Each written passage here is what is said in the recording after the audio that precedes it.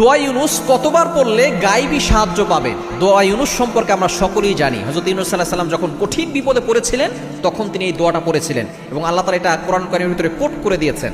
আল্লাহ পাক রব্বুল আলামিন নিজে বলে দিয়েছেন 17 নম্বর পারার 8 নম্বর পৃষ্ঠার 9-10 নম্বর লাইন সূরা আম্বিয়ার 87 নম্বর আয়াতে আল্লাহ তাআলা এটা কোট করে দিয়েছেন।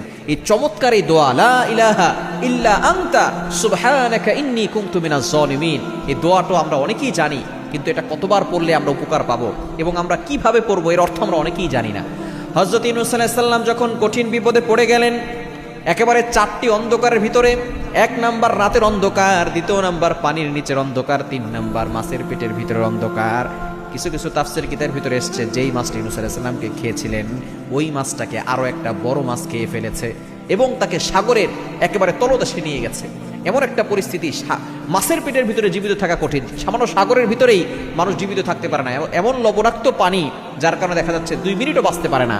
কিন্তু আল্লাহ তাআলা সাগরের মাঝখানে মাছের পেটের ভিতরে হযরত ইউনুস আলাইহিস সালামকে বাঁচিয়ে রেখেছিলেন। আল্লাহ তাআলা বুঝাতে চেয়েছেন যদি আমি আল্লাহ তাআলা কাউকে বাঁচিয়ে রাখতে চাই দুনিয়ার কোনো শক্তি তাকে ক্ষতি করতে পারবে না।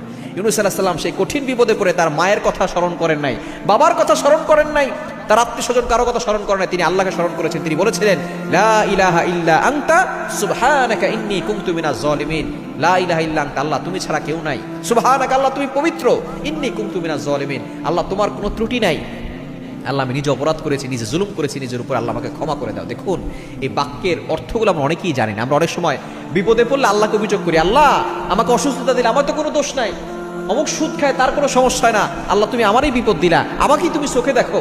দেখুন ইউনুস আলাইহিস সালাম কিন্তু বিপদে পড়লে তিনি বলেছিলেন সুবহানাকা, আল্লাহ তোমার কোনো ত্রুটি নাই, ইন্নী কুনতু মিনাজ জালিমিন, আল্লাহ আমি নিজে অপরাধ করেছি। আল্লাহ তাআলা এটাতে খুশি হয়েছেন। 40 দিন পরে আল্লাহ পাক রব্বুল আলামিন তাকে মাছের পেট থেকে বের করে আগের থেকে আরো সুস্থ করে দিয়েছেন। এই বাক্যটা আপনি কতবার পড়বেন? অনেকে বলে যে 1 লক্ষ বার পড়তে হবে, 1000 বার পড়তে হবে, 2 লক্ষ বার পড়তে হবে। আপনি সর্বনিম্ন 100 বার আপনি আগে পরে দুরূদ শরীফ পড়বেন, কারণ দুরূদ শরীফ পড়লে আল্লাহ পাক রব্বুল আলামিন সাথে সাথে সেই দোয়াটা কবুল করেন। আগে পরে আপনি দুরূদ শরীফ পড়ে নেবেন 3 বার করে, এরপর আপনি সর্বনিম্ন 100 বার, বাকি যত পড়তে পারেন কোনো সমস্যা নাই। বিপদে পড়লে আপনি সর্বনিম্ন 100 বার পড়বেন, এরপর আপনি আল্লাহর কাছে দোয়া করবেন, দেখবেন আল্লাহ তাআলা আপনার সকল বিপদ দূর করবেন, গায়েবীভাবে আল্লাহ তাআলা আপনাকে সাহায্য করবেন।